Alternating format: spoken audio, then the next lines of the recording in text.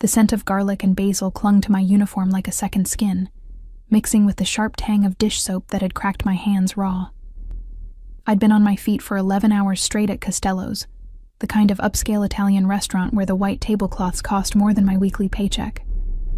My lower back screamed with each step, but I kept moving, kept smiling, kept pretending I didn't notice how the wealthy patrons looked through me as if I were part of the furniture. "Table 7 needs water," Marco barked from behind the bar, not bothering to look up. I nodded, grabbing the crystal pitcher even though my arms felt like lead. Table 7. The corner booth. The one that had been reserved for 3 weeks straight, every Friday night, always for the same party. I'd served them twice before, a group of impeccably dressed men who spoke in low murmurs and left tips that could cover my rent. But I'd learned quickly not to look too closely, not to listen too intently, not to exist beyond the function of bringing food and clearing plates.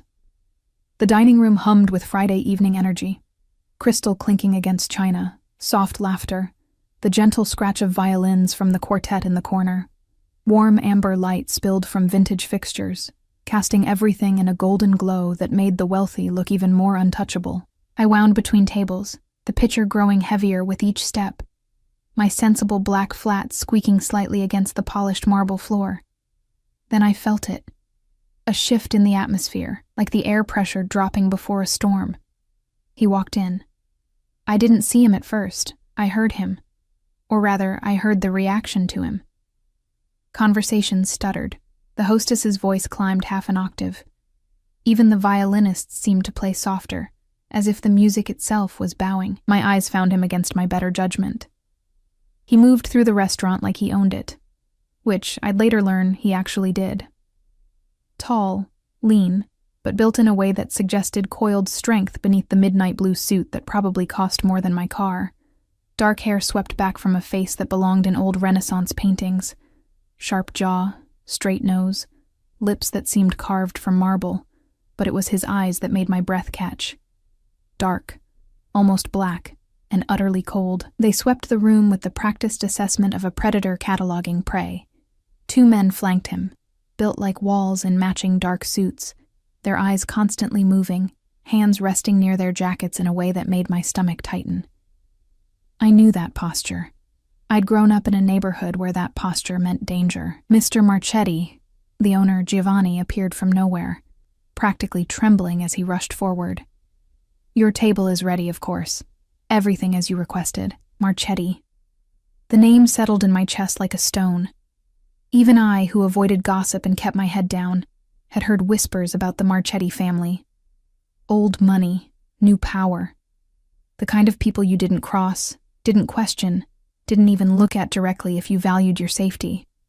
I should have turned away, should have focused on table 7, on the water I was supposed to pour, on staying invisible the way I'd perfected over years of survival.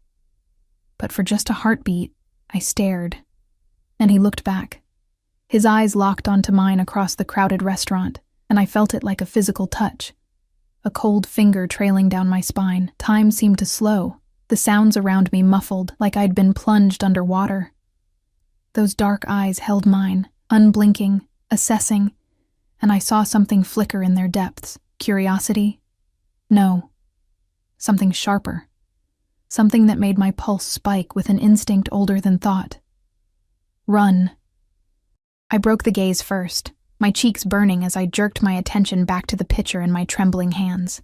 My heart hammered against my ribs. Stupid. So stupid. You don't make eye contact with men like that. You don't draw their attention. You don't exist. I reached table 7 on unsteady legs, forcing my hands to remain steady as I poured water into crystal glasses.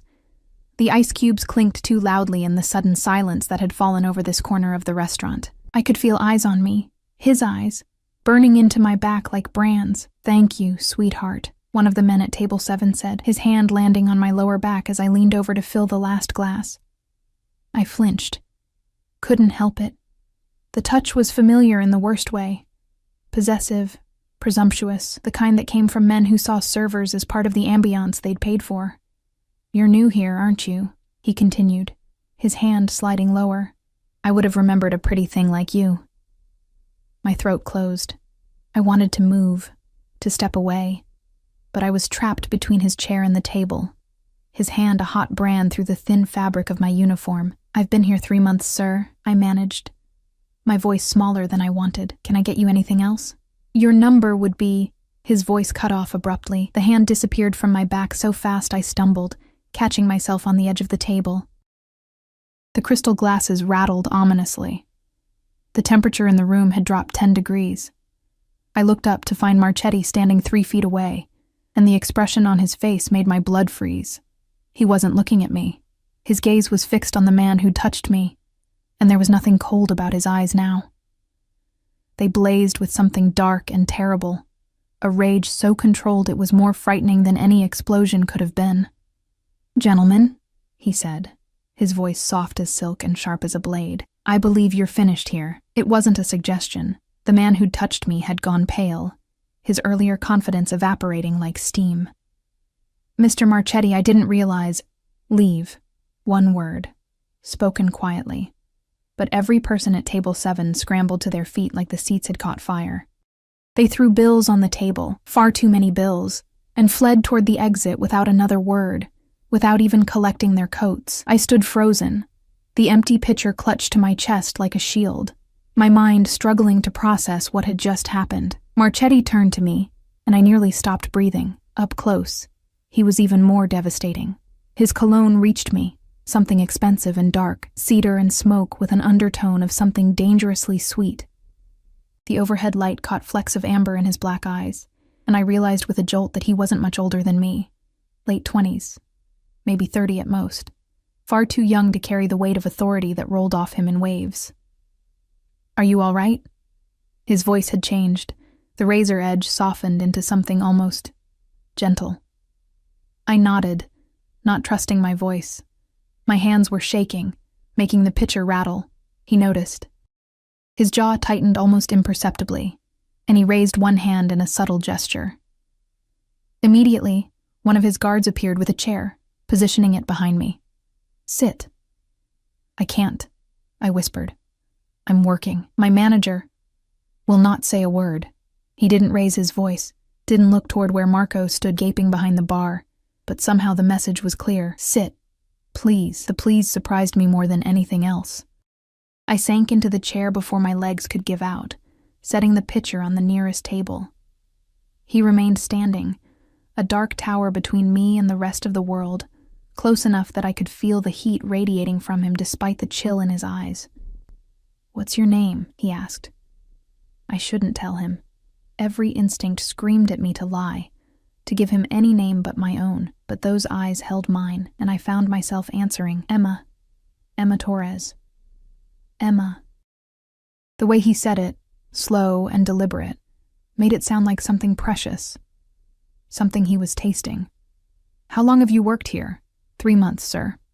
The honorific slipped out automatically, a remnant of a childhood spent learning when to show deference. Something flickered across his face. "Not sir. Dante." Dante. The name fit him. Beautiful and dangerous, heaven and hell wrapped in Italian syllables. "Has anyone else touched you like that?" The question came sharp as a knife, and beneath the softness I heard steel. "Here, working. Sometimes. It's just part of the job. People get—" "No." He cut me off, the single word cracking through the air like a whip. Around us, the restaurant had gone deathly quiet. Even the violins had stopped. "It is not part of any job. Do you understand?" I nodded, mute, drowning in the intensity of his gaze. He studied me for a long moment, and I felt stripped bare under that scrutiny, like he was reading every secret I'd ever kept, every fear, every desperate hope. Then he turned to one of his guards. "Marcus, you saw what happened here?" "Yes, sir." The guard's voice was a low rumble. "The man who touched her. Find out who he is, where he works, everything." Dante's voice had gone cold again, empty of emotion. "Make sure he understands that his behavior was inappropriate." The guard nodded and melted back into the shadows near the entrance. I should have felt vindicated, protected. Instead, ice settled in my stomach. "Make sure he understands." The words were innocuous, but the delivery promised violence. "That's not necessary," I tried, pushing to my feet on trembling legs. "Really, it's fine. He didn't—" Dante's hand came up, and I froze. He didn't touch me, just held his palm up between us, a gesture that was somehow both gentle and absolute. "What's necessary is that you never have to endure that again." His eyes found mine, and I saw something burn in their depths that made my breath catch. "Do you understand, Emma? Never again." The way he said my name, the possession in it, the certainty, should have terrified me. Instead, treacherous warmth bloomed in my chest, unfurling like a poisonous flower. "I don't understand," I whispered. "Why do you care? You don't even know me." A smile ghosted across his lips, there and gone so fast I might have imagined it. "Don't I?" Before I could respond, Giovanni rushed over, his face flushed and nervous. "Mr. Marchetti, your table is ready, and please, the lady's meal tonight, it's on the house, naturally." "The lady isn't dining." Dante's eyes never left mine. "She's working, but I'll require her station moved to Section 5. The section nearest his private booth. The section where I'd see him, serve him, exist in his orbit." Of course," Giovanni babbled, already snapping his fingers at Marco. "Miss Torres will be reassigned immediately." "That's not—" I started, but Dante was already moving away, his guards forming a human shield around him as he walked toward the corner booth. The restaurant seemed to exhale as he passed, conversations resuming in careful murmurs. He didn't look back, but I felt the weight of his attention like chains wrapping around my ribs, binding me to something I didn't understand and couldn't escape. Marco appeared at my elbow, his earlier surliness replaced by something that looked almost like fear. "You're on Section 5 for the rest of the night. Don't screw this up, Torres. Whatever you did to get his attention, just keep him happy." I nodded numbly, my mind reeling. What had I done? I'd made eye contact, let a customer touch me, existed in the wrong place at the wrong time, and somehow, impossibly, caught the attention of the most dangerous man in the city. As I gathered my composure and headed toward Section 5, my reflection caught in one of the ornate mirrors lining the walls. I looked small in my plain uniform, my dark hair escaping its practical bun, exhaustion carved into the shadows under my eyes. Ordinary. Invisible. But in the mirror's edge, I could see Dante's booth, and even though he was surrounded by his men, even though he appeared to be deep in conversation, I knew with bone-deep certainty that he was aware of my every movement. I'd spent my whole life trying to disappear, to stay safe by staying unseen. Tonight, I'd been seen, and I had the terrible feeling that nothing would ever be the same. The weekend passed in a blur of anxious dreams and restless pacing in my cramped studio apartment. Every time I closed my eyes, I saw those dark eyes fixed on me, felt the phantom weight of his attention pressing down on my chest like a stone. By Monday morning, I'd almost convinced myself I'd imagined the entire thing, the intensity, the threat wrapped in protection, the way he'd said my name like he owned it. Almost. I arrived at Costello's for the lunch shift with my stomach in knots, half hoping and half dreading that Friday night had been an aberration. Maybe he only came on weekends. Maybe I'd never see him again. Maybe I could go back to being invisible. The kitchen was chaos as always, steam rising from pots, the rapid-fire Spanish curses from the line cooks mixing with the clatter of dishes. I tied my apron with shaking fingers, trying to focus on the familiar routine. Monday lunch was usually slow, mostly business meetings and lonely businessmen nursing single glasses of wine while they pretended to work on their laptops. Torres. Marco's voice made me jump. He jerked his head toward the dining room. Section 5. Again. My heart stuttered. But I thought, "You thought wrong. Boss's orders. You're on 5 until further notice." He looked at me with something between curiosity and resentment. "Whatever you did to catch Marchetti's eye, it's turned your whole employment situation around. Congratulations or condolences. I haven't decided which." Neither had I. The lunch crowd trickled in slowly. I moved through my tables on autopilot, smiling and nodding and reciting specials I'd memorized weeks ago. But my attention kept drifting to the corner booth, empty, waiting, like an open mouth ready to swallow me whole. He didn't come for lunch. The afternoon stretched long and quiet, giving me too much time to think, to remember, to wonder what I'd stepped into. By the time the dinner shift started, I'd almost relaxed. Then the air changed. I was refilling water glasses at table 12 when I felt it. That same electrical charge, that primal awareness that something apex had entered the room. My hands stilled, water cascading over the rim of a glass I'd overfilled. The elderly woman sitting there made a small sound of complaint, but I barely heard her. Dante walked through the entrance like he was walking into his own home, same midnight suit, or one identical to it, same predatory grace, same guards flanking him like extensions of his shadow. But tonight, his eyes found me immediately, across the entire dining room, through the scattered tables and dim lighting and deliberate maze of the restaurant's layout. He found me like I was the only thing in the room worth looking at. Heat flooded my cheeks. I jerked my attention back to the table, apologizing profusely to the woman whose lap I'd nearly drenched, mopping up water with shaking hands. When I finally dared to glance back toward the entrance, he was being seated at his usual booth, but his gaze remained locked on me. Watching. Always watching. "Miss?" A man at table 14 was trying to get my attention. "Could we order?" I forced myself to focus, to take orders and deliver food and maintain the careful choreography of service. But I was hyper-aware of the corner booth, of the low murmur of male voices, of the way conversations seemed to lean toward Dante's table like plants bending toward the sun, or moths drawn to flame. An hour into dinner service, Giovanni appeared at my elbow, his expression carefully neutral. "Mr. Marchetti has requested you specifically for his table tonight."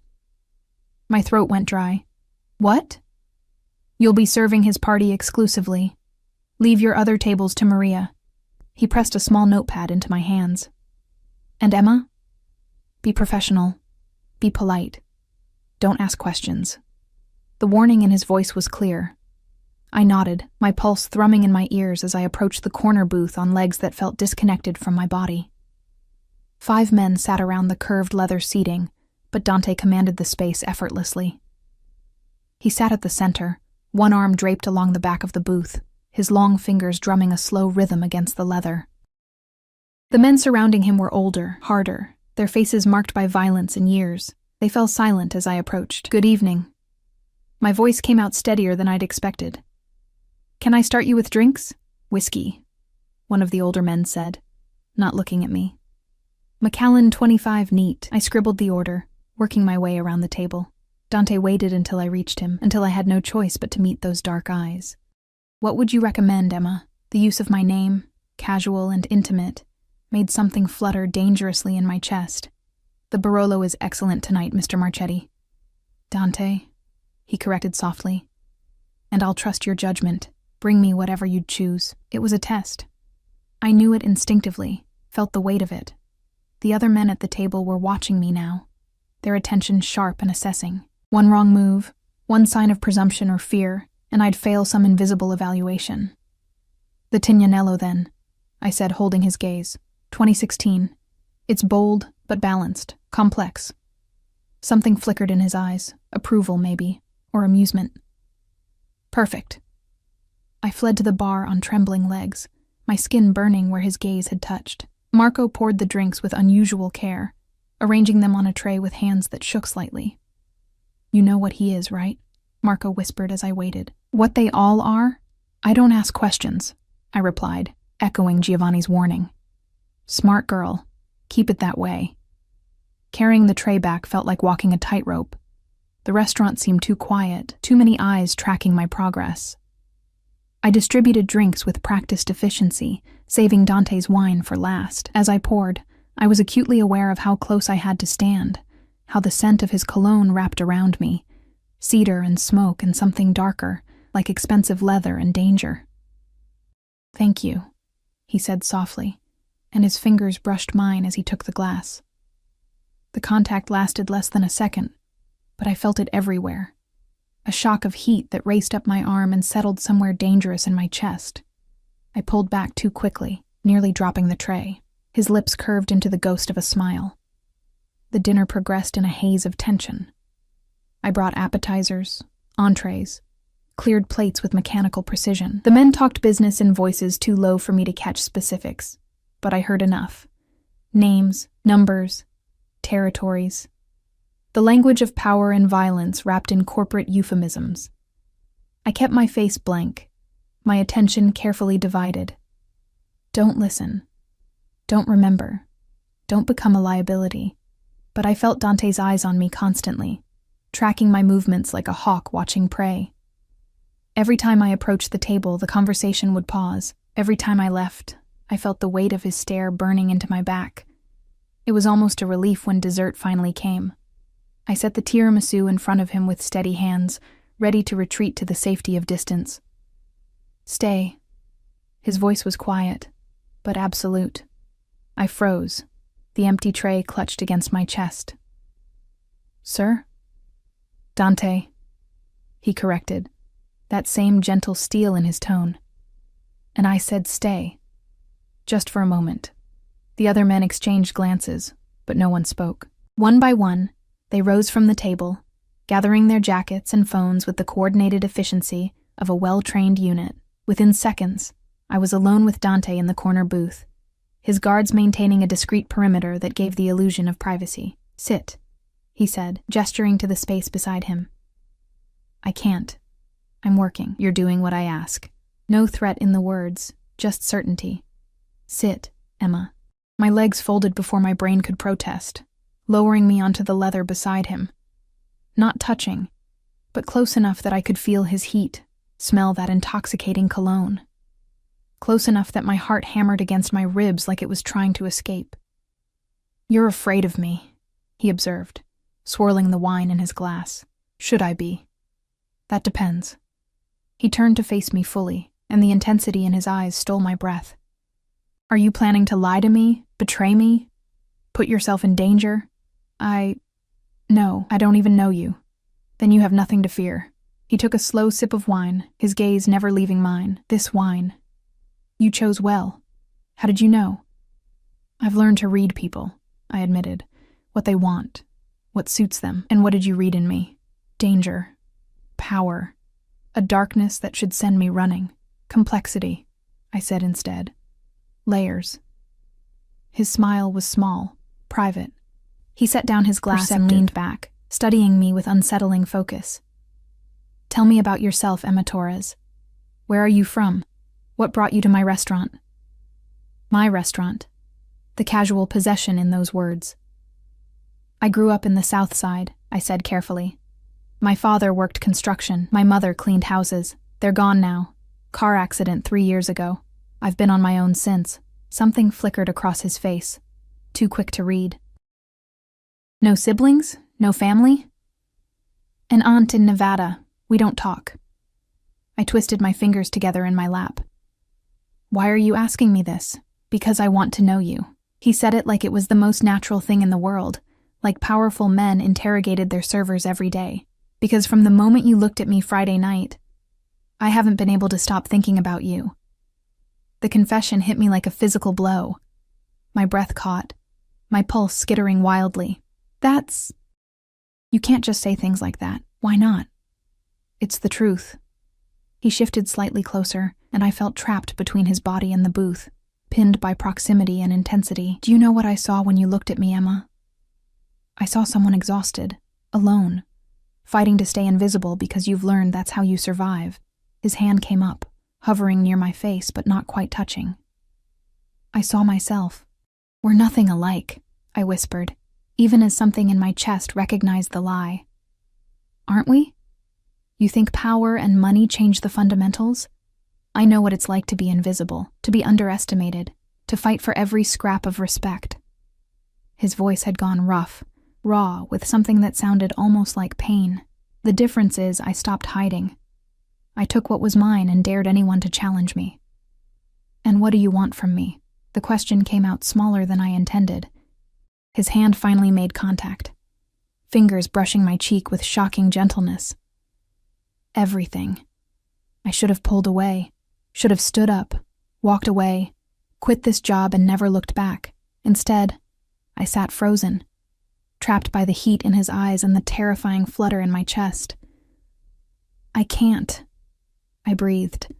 Whatever you think you see in me, you're wrong. I'm nobody. You're mine. The words landed between us like a bomb, stealing all the oxygen from the space. His thumb traced my jawline, the touch feather light, but burning. You can't just claim people, I protested weakly. I can. I do. His eyes held mine, dark and utterly certain. From the moment that man touched you, from the moment you flinched, something in me decided, you're under my protection now, Emma. Whether you want it or not. That's insane. Perhaps. He pulled back slightly, giving me space to breathe, but his gaze remained locked on mine.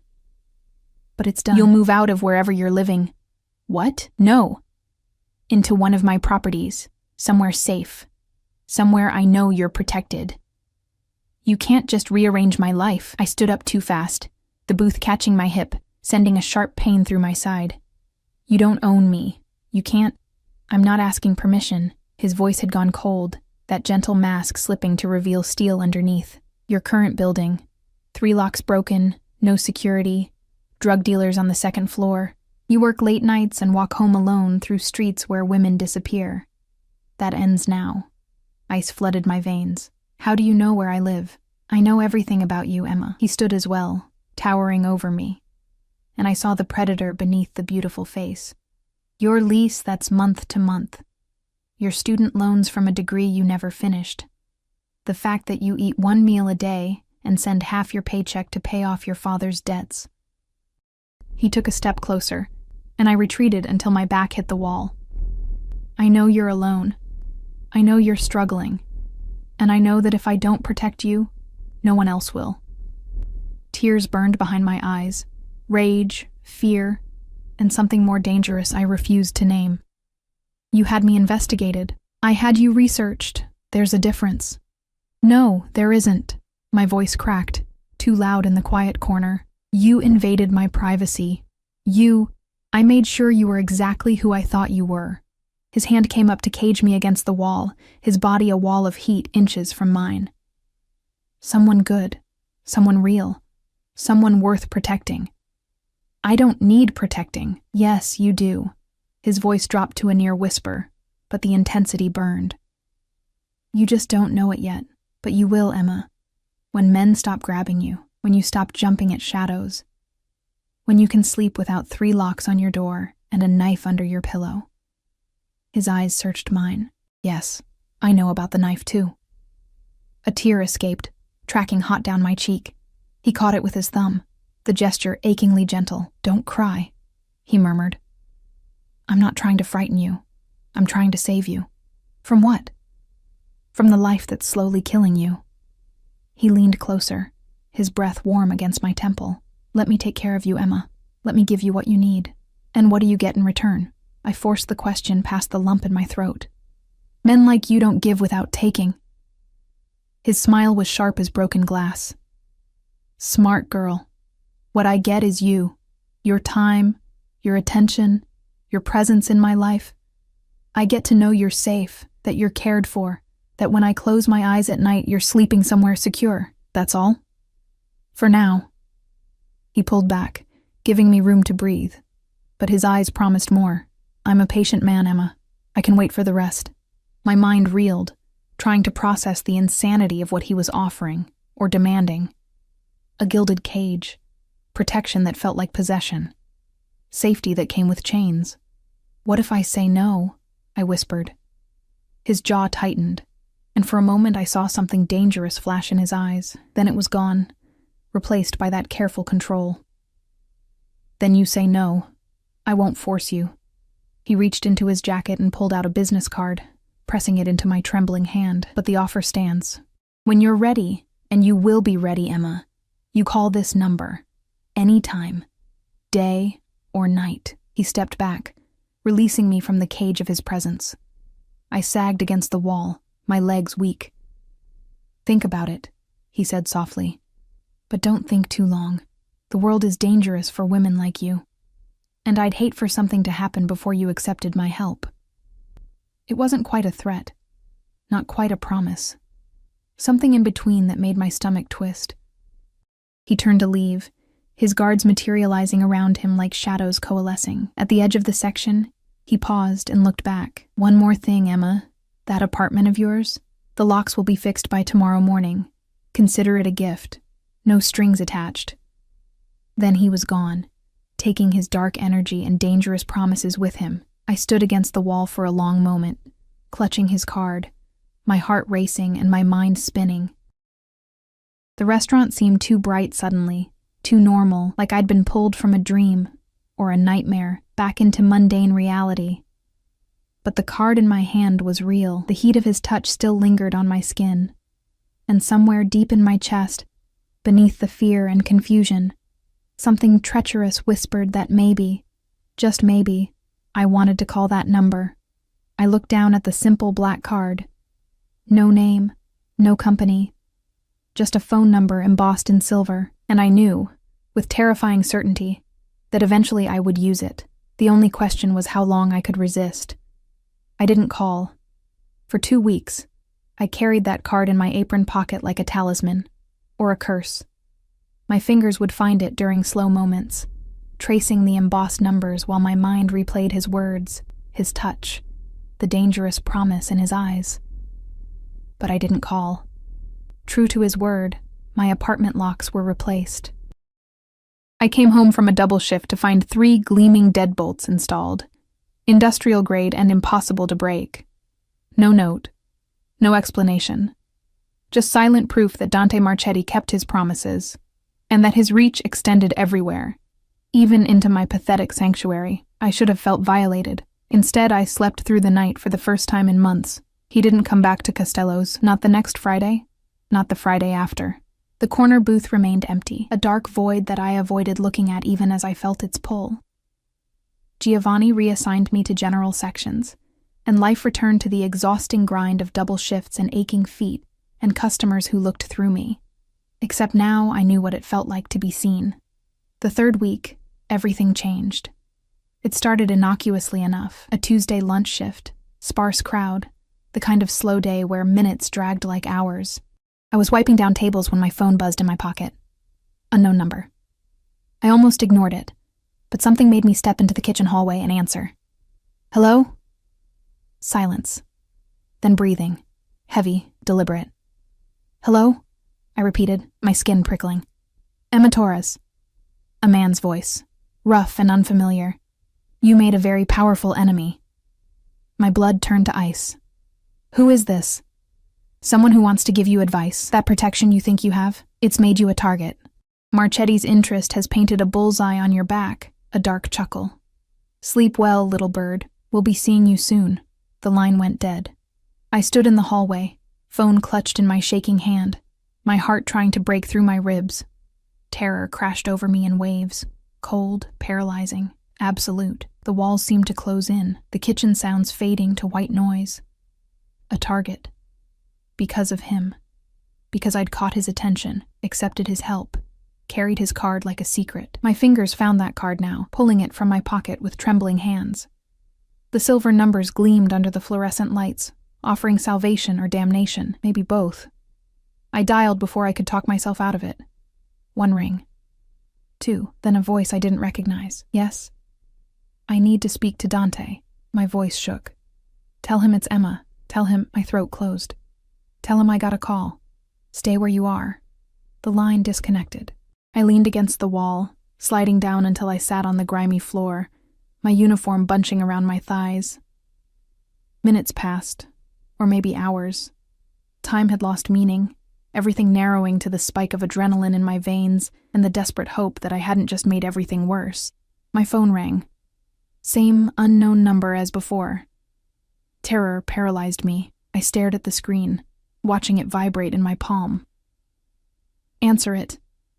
Dante's voice came from directly above me. I screamed, phone clattering to the floor. He stood in the hallway like he'd materialized from shadows. No guards visible, just him in dark slacks and a charcoal shirt, his hair slightly disheveled. He'd never looked more dangerous or more real. "How did you..." I gasped. "You were just..." He crouched in front of me, his movements fluid and predatory. "Answer the phone, Emma." With shaking hands, I retrieved it and pressed answer, bringing it to my ear. Did you call your protector? That same rough voice, now laced with amusement. Good girl. Let him know what's coming. Let him know that everyone he cares about is— Dante plucked the phone from my hand with lightning speed, his expression utterly calm. Vitale. His voice was soft, almost pleasant. I'm going to find you. I'm going to find everyone you love, and I'm going to show you what happens when someone threatens what's mine. A pause. You have 12 hours to leave the city. After that, you're a dead man walking. He ended the call and pocketed my phone in one smooth motion. Then his attention focused entirely on me, and the intensity nearly stopped my heart. Are you hurt? His hands moved over my arms, my shoulders, checking for injuries with clinical efficiency. Did anyone approach you? Touch you? No, My voice broke. I'm sorry. I shouldn't have called. I didn't know what else. You did exactly right. His hands framed my face, forcing me to meet his eyes. Listen to me, Emma. This is my fault. I should have anticipated this. I should have protected you better. Who was that? What did I do to— Nothing. You did nothing. Fury flickered across his features, quickly controlled. Vitale is a competitor, a parasite who's been testing my patience for months. He saw an opportunity to hurt me and took it. His thumb stroked my cheekbones, the gesture at odds with the violence in his words. That was his last mistake. I don't understand any of this. Tears spilled over, hot and shameful. I'm just a waitress. I'm nobody. Why would anyone— Because you're not nobody to me. He pulled me against his chest, and I went without resistance, too frightened and overwhelmed to maintain any pretense of strength. His arms wrapped around me, one hand cradling the back of my head, and despite everything— the danger, the insanity, the wrongness of it all— I felt safe. And now everyone knows it, which means the rules have changed. I breathed in his scent, let the steady beat of his heart calm my racing pulse. What rules? You can't go home. Not to your apartment. Not anywhere you've been before. Vitale knows where you live, where you work, probably where you buy your morning coffee. His voice was matter of fact, discussing logistics while his hand stroked my hair with surprising gentleness. You're coming with me. Now. No arguments. I should have protested. Should have clung to some shred of independence, of normalcy, but fear overrode pride. Okay. He pulled back slightly, studying my face with those dark, fathomless eyes. Okay? I don't have a choice, do I? You always have a choice, Emma. His expression softened almost imperceptibly. But I'm asking you to choose me, choose safety, choose survival. For how long? However long it takes. He stood, pulling me up with him, his hands steady on my waist. Could be weeks. Vitale will either run or die, and either way, you'll be safe again. And then what? I just go back to my life like nothing happened? His jaw tightened. We'll discuss that when the time comes. Right now, we need to move. He guided me through the kitchen, one hand at the small of my back, his body positioned slightly in front of mine, protective, possessive. The kitchen staff barely glanced up, long accustomed to strange comings and goings. Giovanni appeared from his office, took one look at Dante's expression, and nodded silently. No questions. No protest. Just acceptance of whatever Dante decreed. Outside, a black SUV waited at the curb. Windows tinted so dark they looked like sheets of obsidian. The rear door opened as we approached, and I caught a glimpse of cream leather interior and the familiar bulk of guards in the front seats. Get in. Dante's voice had shifted, becoming the command of a man used to absolute obedience. I climbed into the vehicle, my legs weak, my mind spinning. He slid in beside me, and the door closed with a heavy thunk that sounded terrifyingly final. The locks engaged automatically. Trapped. The SUV pulled into traffic with smooth precision, and I watched through the tinted windows as my normal life, the restaurant, the familiar streets, the illusion of control, disappeared behind us. Where are we going? My voice sounded small in the leather-scented quiet. Somewhere safe. Somewhere no one will think to look.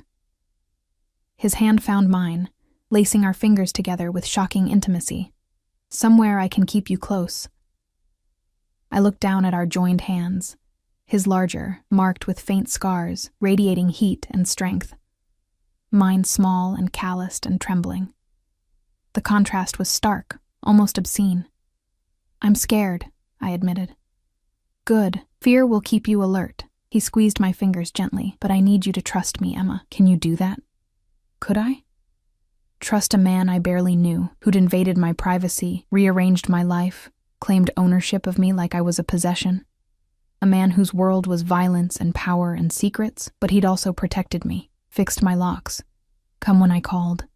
And the warmth of his hand in mine felt like an anchor in a storm. "I don't know," I whispered honestly.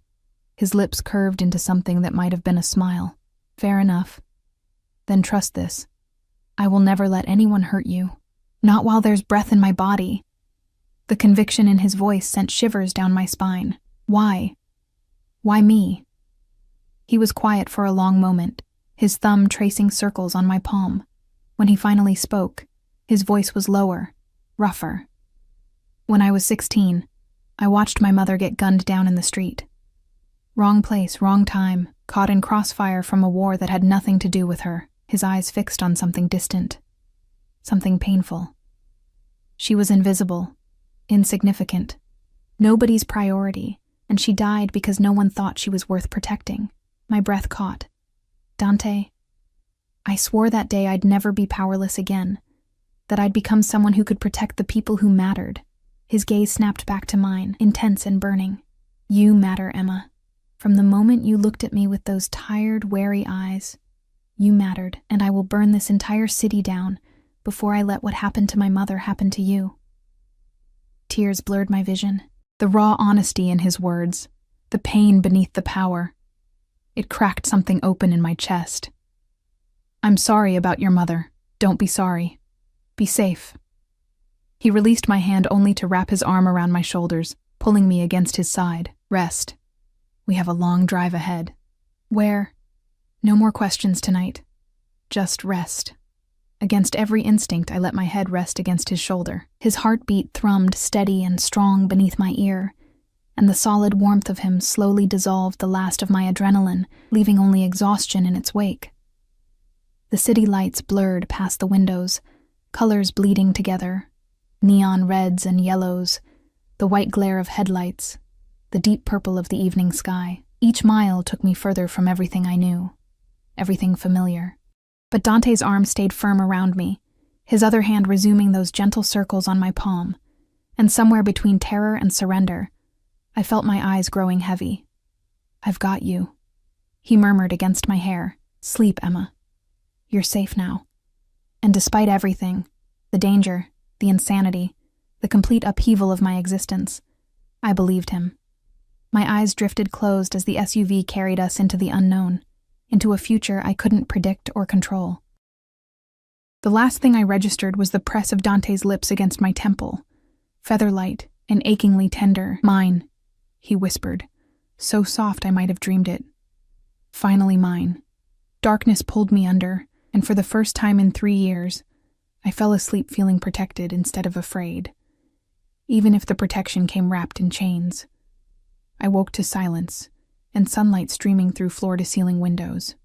For a disorienting moment, I didn't know where I was. The bed beneath me was impossibly soft, wrapped in sheets that felt like liquid silk against my skin. The room around me was enormous, all clean lines and muted grays, minimalist furniture that probably cost more than I'd earned in my entire life. A modern chandelier hung from the vaulted ceiling, crystals catching the morning light and scattering rainbow fragments across the walls. Memory crashed back. The phone call. Dante appearing like a dark angel. The SUV carrying me away from everything I knew. I sat up too fast, my heart hammering. I was still in my work uniform, wrinkled and smelling faintly of garlic and stress sweat. Someone had removed my shoes and covered me with a cashmere throw. Through the windows, I saw nothing but trees, dense forest stretching in every direction, no neighbors, no roads visible. Isolated. Hidden. Safe or trapped. Maybe both. A soft knock interrupted my spiraling thoughts. Before I could respond, the door opened and a woman entered, middle-aged, stern-faced, carrying a tray laden with breakfast. She wore simple black clothing and moved with efficient purpose. "Good morning, Miss Torres. I'm Mrs. Chen. Mr. Marchetti asked me to bring you breakfast and show you to the bathroom." Her accent was slight, her tone professional, but not unkind.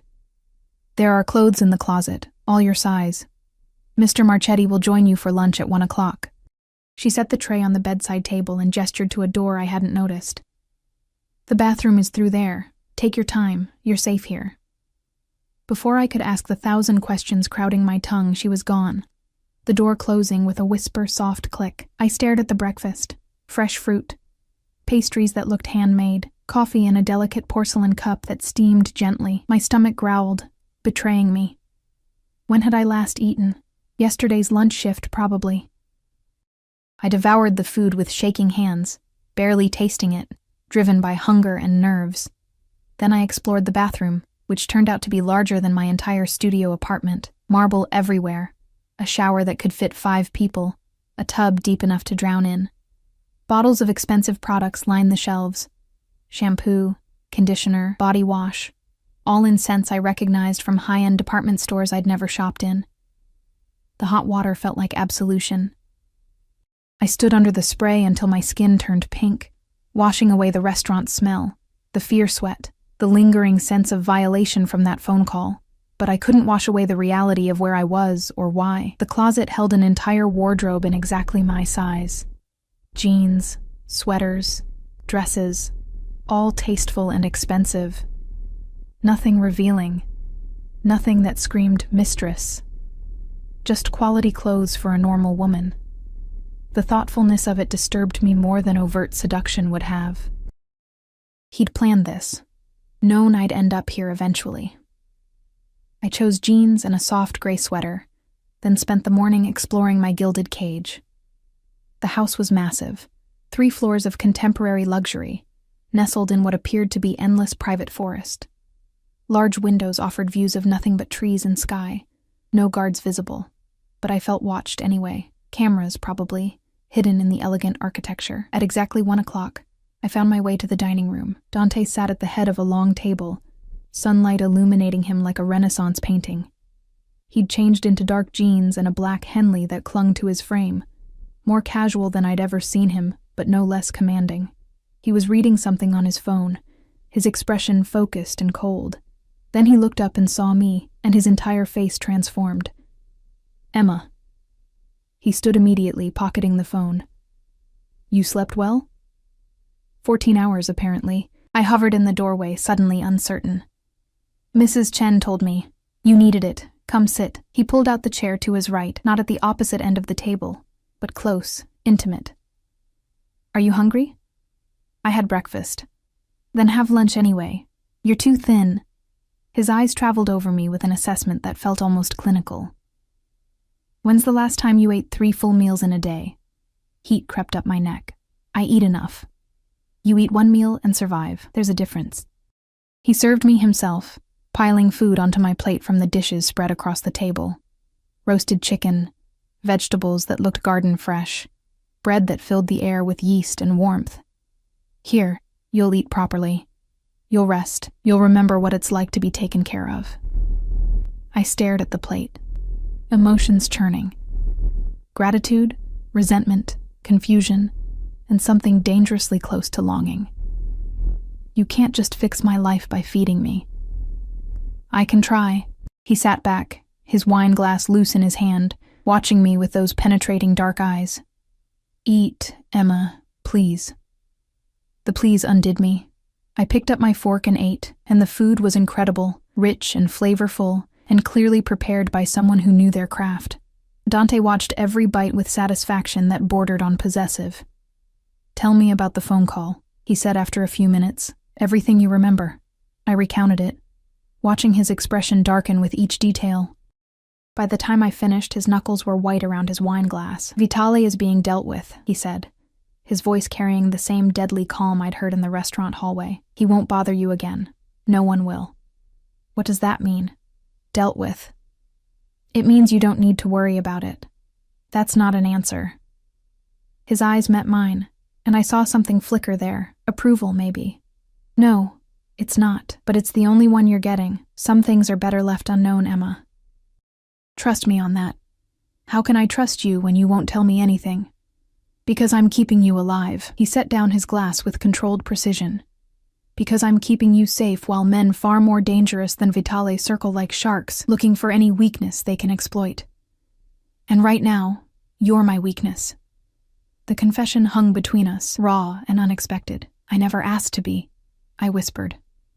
No, you just existed. Looked at me with those eyes. Flinched when some bastard put his hands on you. His jaw clenched. And something in me broke, Emma. Something I've kept locked down for years. The need to protect, to possess, to keep something pure and real in a world made of lies and blood. I set down my fork, appetite fleeing. I'm not a thing you can keep, I know. He leaned forward, elbows on the table, his intensity pinning me in place. But I'm going to try anyway, because the alternative, letting you go back to that life, to being invisible and alone and one bad day away from disaster, that's not acceptable to me. So what am I supposed to do? Just stay here forever? Be your... what, your kept woman? Your pet project? Pain flashed across his features, quickly masked. You're supposed to be safe. Everything else we'll figure out together. Together. I laughed bitterly. Like I have any say in this, you do. He reached across the space between us, his hand open on the table, offering, not demanding. You can leave any time you want. I'll have you driven anywhere, set up with new accommodations, protection from a distance. Say the word, Emma, and I'll let you go. I stared at his hand, at the scars marking his knuckles, the strength in those long fingers. You're lying. I'm not. Test me. My heart pounded. Fine, I want to leave. Take me back to the city. Drop me at a hotel. I'll figure out the rest. He didn't move, didn't blink, just watched me with those fathomless eyes. All right. I'll have Marcus bring the car around. You can be gone within the hour. I waited for the catch, the threat, the revelation that this was all manipulation. But he just sat there, patient and still, giving me the choice he'd promised. And I realized with dawning horror that I didn't want to leave. The admission stuck in my throat, too terrifying to voice. Because wanting to stay meant accepting this. The isolation, the danger, the complete upheaval of everything I'd known. It meant accepting him in whatever dark world he inhabited. It meant surrender. I hate you, I whispered, tears burning. I know. His voice gentled. But you're not leaving, are you? No. The word tasted like defeat and relief in equal measure. God help me, no. He closed his hand, pulling it back, and the ghost of a smile touched his lips. Then we understand each other. I don't understand anything. Not you, not this, not why. Because you saw me, Emma. He stood, moving around the table with predatory grace until he stood beside my chair. Really saw me. Not the reputation, not the fear, not the carefully constructed image. You looked at me like I was just a man. And I haven't been just a man in a very long time. He crouched beside my chair, bringing us eye level, and the vulnerability in his expression stole my breath. This close, I could see flecks of gold in the dark brown of his eyes, could count the faint lines at their corners, could smell cedar and smoke and something uniquely him. I don't know how to do this, I admitted. I don't know how to be what you want. I want you to be exactly who you are. His hand came up, cupping my cheek with devastating tenderness. Stubborn, scared, strong, real. His thumb brushed my lower lip. I want you to heal, to rest, to remember what it feels like to not carry the weight of survival alone. And then we see what happens. No pressure, no expectations beyond safety and honesty. His eyes searched mine. Can you give me that? Time to prove I'm more than the monster you think I am? Are you? More than a monster? His smile was sad, self-aware. Probably not. But for you, I'd like to try. The honesty undid me. I leaned forward until my forehead rested against his, our breath mingling in the small space between us. This is insane. Completely. His hand slid into my hair, cradling my skull. But sometimes insanity is the only sane response to an insane world. We stayed like that for a long moment, balanced on the knife's edge between resistance and surrender. Then he pulled back, standing with fluid grace. "Come, I want to show you something." He led me through the house and out onto a massive deck overlooking the forest. The view was breathtaking, autumn colors painting the trees in fire. Mountains rising in the distance, sky so blue it hurt. A path wound down through the trees, disappearing into shadow and mystery. "This property has been in my family for 3 generations, Dante said, his hand finding mine, lacing our fingers together with casual intimacy. "My grandfather built this house as a refuge. Somewhere away from the city, the business, the constant threat. Somewhere to remember what peace felt like. It's beautiful. It's yours. For as long as you need it." He turned to face me, his expression serious. "I meant what I said, Emma. No expectations. This isn't about trapping you or controlling you. It's about giving you space to breathe, to figure out what you want without fear dictating every choice. What if what I want is impossible? Like what? Like a normal life. A safe life. A life where I'm not connected to." I gestured helplessly at him. "To all of this. Then when this is over, when Vitale is handled and the threat passes, you can have that." Pain flickered in his eyes. "I'll miss you like hell, but you can have it." The admission hit me harder than any demand could have. He meant it. Genuinely meant it. This powerful, dangerous man was offering me an exit, a future, even though it clearly cost him something to do so. "I don't understand you," I breathed. "You will, given time." He pulled me closer, his arms wrapping around my waist, and I let myself sink into his warmth. "For now, just accept that you're safe, that someone cares whether you live or die, whether you eat or starve, whether you sleep peacefully or wake up terrified." I buried my face in his chest, breathing him in, letting his heartbeat calm my racing thoughts. "Okay. Okay? Okay. I'll stay. I'll try. My voice caught. I'll trust you, as much as I can." His arms tightened around me, and I felt him press a kiss to the top of my head. That's all I ask. We stood like that as the sun climbed higher, warming the deck, burning away the morning chill, and for the first time since that phone call shattered my world, I felt something other than fear. I felt hope. Dangerous, fragile, terrifying hope. And I had the sinking feeling that Dante Marchetti was going to become much more than my protector. He was going to become my undoing. 3 weeks passed in a strange suspension of reality. Days blurred into each other, marked by morning coffee on the deck, afternoon walks through the forest, evenings spent in the vast library where Dante had collected what seemed like every book ever written. Mrs. Chen cooked meals that made me remember food could be pleasure, not just fuel. I gained weight. Color returned to my cheeks, and the permanent knot of tension in my shoulders slowly unwound. And Dante was always there, not smothering, not demanding, just present. He worked from the house, his office door usually open so I could hear the low rumble of his voice during calls. He ate meals with me, asked about my day, taught me chess in the evenings with patient humor when I lost repeatedly. He never pushed for more than I was willing to give, never crossed the invisible boundaries I'd drawn, but the tension between us built like a storm gathering strength. It was in the way his eyes followed me across rooms, the careful distance he maintained, as if afraid one touch would shatter his control. The quiet intensity when I laughed at something he'd said, like he was memorizing the sound. The protective hand at my back when we walked the forest paths, his body angled to shield me from threats that existed only in his mind. I was falling for him, slowly, terrifyingly, inevitably. On the 22nd day, everything changed. I woke to raised voices, rare in this peaceful sanctuary. Dante's office door was closed, but even through the heavy wood I could hear the argument. "Liability we can't afford," an unfamiliar male voice growled. "She's seen too much, knows too much. You're thinking with your cock instead of your head.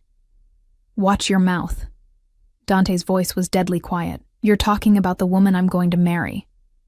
The words hit me like a physical blow. I froze outside the door, my hand pressed against the wall for balance. "Marry?" The other man laughed harshly. "You've known her a month. This isn't love, it's obsession. And obsessions get people killed. Then I'll kill anyone who threatens her. No hesitation, just flat certainty. She stays. She's protected. And when this is finished, she'll have the choice to stay or go. But while she's here, while she's mine, no one touches her. Are we clear, Vincent? A long silence. Then, Crystal, but when this blows back on you, don't say I didn't warn you. Footsteps approached the door. I fled down the hallway, my heart racing, Dante's words echoing in my skull. The woman I'm going to marry. I made it to the library before the tears came. Hot, confused, terrified tears. He couldn't mean it. It was posturing, protecting his reputation, explaining away his inexplicable fixation on a nobody waitress. Men like Dante Marchetti didn't marry women like me. Except the conviction in his voice suggested otherwise.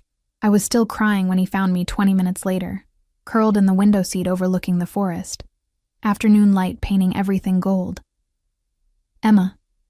He crossed to me immediately, concern etched into every line of his face. What happened? Are you hurt? I heard you. The accusation came out broken, talking to Vincent. About me. He went very still. How much did you hear? Enough. I swiped at my tears angrily. You can't just decide to marry me, Dante. That's not how this works. That's not... I know. He sank onto the window seat beside me, careful to leave space between us. I know that sounded insane, possessive, controlling. Because it is all those things. Yes. He ran a hand through his hair, a rare gesture of frustration. But it's also true. From the moment I saw you, something in me recognized something in you. Like finding a missing piece I didn't know I'd lost. His eyes found mine, raw and honest. I'm not asking you to marry me tomorrow, Emma. I'm not asking you to make promises you're not ready for. But I need you to know that's where my head is. Where my heart is. So you can decide if you want to stay or run while you still can. Why me? The question I'd asked before, but needed answered again. Why not some socialite from your world? Someone who understands the violence and danger. Someone who fits? Because fitting is easy. You challenge me. Make me want to be better than what I am. He shifted closer, his hand hovering near my face. Can I touch you? The request, the permission sought, made something in my chest crack open. I nodded. His palm cupped my cheek, and I leaned into it without thinking. I've built my life on fear and power, he said softly. Made people respect me through force and reputation, but you looked at me with compassion. Saw past the monster to whatever human remains underneath. How could I not fall for that? This is crazy, I whispered, even as my hand came up to cover his, completely. His thumb traced my cheekbone, but I've never been sane when it comes to you. I'm scared. Of me? Of this. Of what it means. Of, my voice broke, of wanting it too much. His eyes widened slightly, hope flickering in their depths. You want this? Want me? The vulnerability in his question destroyed my last defenses. Yes, God help me, yes. The kiss happened inevitably, like gravity finally claiming what it had been pulling toward all along. His lips met mine with devastating gentleness, a question and a promise wrapped together. I melted into him, hands fisting in his shirt, tears still wet on my cheeks. He kissed like he did everything else, with complete focus, like nothing existed beyond this moment, this connection. His hand cradled my skull, the other arm wrapping around my waist, pulling me against him until no space remained between us. When we finally broke apart, both breathing hard, he pressed his forehead to mine. I love you, Emma Torres. I know it's too soon and too much and probably sounds like madness. But I do. Completely. Irrevocably. That is insane, I breathed. But I was smiling through tears. Say it back or don't. I just needed you to know. He kissed my forehead, my cheeks, the corner of my mouth. Whatever you're ready for, that's what we'll do. No pressure. No. I love you too. The words tumbled out before fear could stop them. I don't understand it and I'm terrified, and this is probably going to end in disaster, but I love you. His smile transformed his face, making him look younger, lighter, almost boyish. Yeah? Yeah. I laughed wetly. We're both insane. Probably. He pulled me fully into his lap, and I went willingly, curling against his chest, but at least we're insane together. We stayed like that as the sun tracked across the sky, holding each other in the golden light, finally admitting what had been building since that first electric glance across a crowded restaurant. The next 2 weeks were a revelation. Dante remained protective, possessive, but now the careful distance disappeared. He'd pull me into his lap while he worked, press kisses to my temple while I read, hold my hand across the dinner table like he needed the contact to breathe. We talked for hours about his mother's death, my parents' accident, the violence of his world, and the invisibility of mine. He showed me his scars, literal and figurative. I showed him mine, and slowly, impossibly, we built something real from the ashes of our broken pasts. On a crisp October morning, Dante found me on the deck with my coffee, watching mist rise from the forest like spirits ascending. Vitali's gone, he said without preamble. Left the country 3 days ago. He won't be back. Relief and dread warred in my chest. So it's over? The immediate threat? Yes. He joined me at the railing, his shoulder brushing mine. You're safe now. Free to go back to the city, to your life, to whatever you choose. The offer hung between us, and I realized this was the test. The moment of truth. He'd promised me freedom, and now he was delivering it. What do you want? I asked. I want you to stay. His voice was rough with emotion, not because you're hiding or scared or have no other choice, but because you choose me, choose us, choose this life we could build together. I turned to face him fully, taking in the vulnerability in his eyes, the tension in his shoulders, the way his hands gripped the railing like it was the only thing keeping him grounded. I choose you, I said simply. Not the safety, not the house or the protection or the escape from my old life. You, Dante, just you. He exhaled like I'd released him from a curse, pulling me into his arms with desperate relief. Thank God. I was prepared to let you go, but it would have destroyed me. Then it's good I'm staying. I pulled back enough to see his face. But I have conditions. Anything. I want to work. Not at the restaurant, but something. I need purpose beyond being your... What do I even call myself? My partner, my equal, my future wife. When you're ready. He brushed hair from my face, and I agree. We'll find you something meaningful. You're too smart and capable to waste your talents. I want honesty. About your business, the dangers, all of it. No more protection through ignorance. His jaw tightened, but he nodded. That's harder. But yes. You deserve to know what world you're choosing. And I want a real relationship. Not you making all the decisions. Not me just accepting whatever you decree. Partnership, like you said. Real partnership. Done. He cupped my face in both hands. Anything else? Marry me. He blinked, shock replacing certainty. What? You said you wanted to. That I was the woman you'd marry. Racing, so marry me. Not someday. Not when everything's perfect. Now. Soon. Before I lose my nerve or reality crashes back in. Emma. His voice cracked with emotion. You're serious. Completely. I'm choosing this. Choosing you. Choosing us. Why wait? He kissed me hard, lifting me off my feet, spinning me in a circle that made me laugh against his mouth. When he set me down, there were tears on his cheeks. Yes. He breathed. God. Yes. I'll marry you tomorrow if you want. Let's start with next week. Small. Just us and whoever needs to be there legally. Perfect. He kissed me again, slower this time, pouring everything he felt into the connection. You've made me the happiest man alive, Emma Torres. I promise I'll spend every day trying to deserve you. Just love me. That's all I need. Always. Forever. Until my last breath. We were married the following Saturday in the house library, with Mrs. Chen and Marcus as witnesses and a judge who owed Dante favors. I wore a simple ivory dress Mrs. Chen had somehow produced, and Dante wore a dark suit that made him look like sin personified. When he slid the ring onto my finger, a platinum band set with diamonds that caught the afternoon light, I realized I was crying, happy tears this time, joy tears, tears of relief and love, and the overwhelming sense of finally being home. "I love you," he murmured as the judge pronounced us married. "My Emma, my wife, mine, yours," I agreed, pulling him down for a kiss. "And you're mine. Always." Life wasn't perfect after that. Dante's world was complicated and sometimes dangerous. I learned more about his business than I'd ever wanted to know. Met people who terrified me, navigated social circles that looked at me with suspicion and curiosity. But I also found my place, started a foundation helping women escape poverty and dangerous situations, using Dante's resources and connections to build something meaningful. Learned that being his wife didn't mean losing myself. It meant having the security to discover who I really was.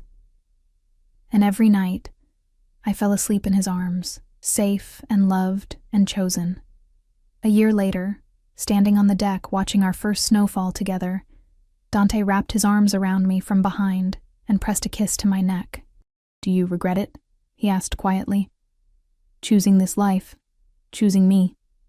I turned in his arms, meeting those dark eyes that had seen me when I was invisible, that had promised protection and delivered love. "Not for a second," I said honestly. "You saved me, Dante, in every way a person can be saved. You saved me first." He rested his forehead against mine. "You saw me, really saw me, and you stayed anyway. Always, I promised, for as long as we both shall live. And beyond," he added, his smile soft and genuine and utterly beautiful. Outside, snow fell like a benediction, covering the forest in pristine white. Inside, wrapped in warmth and love, and the arms of the man who'd claimed me with a glance and kept me with devotion, I finally understood what home felt like. Not a place. Not safety or security or escape from fear. Home was being seen, being chosen, being loved exactly as you are. And I was finally, irrevocably home.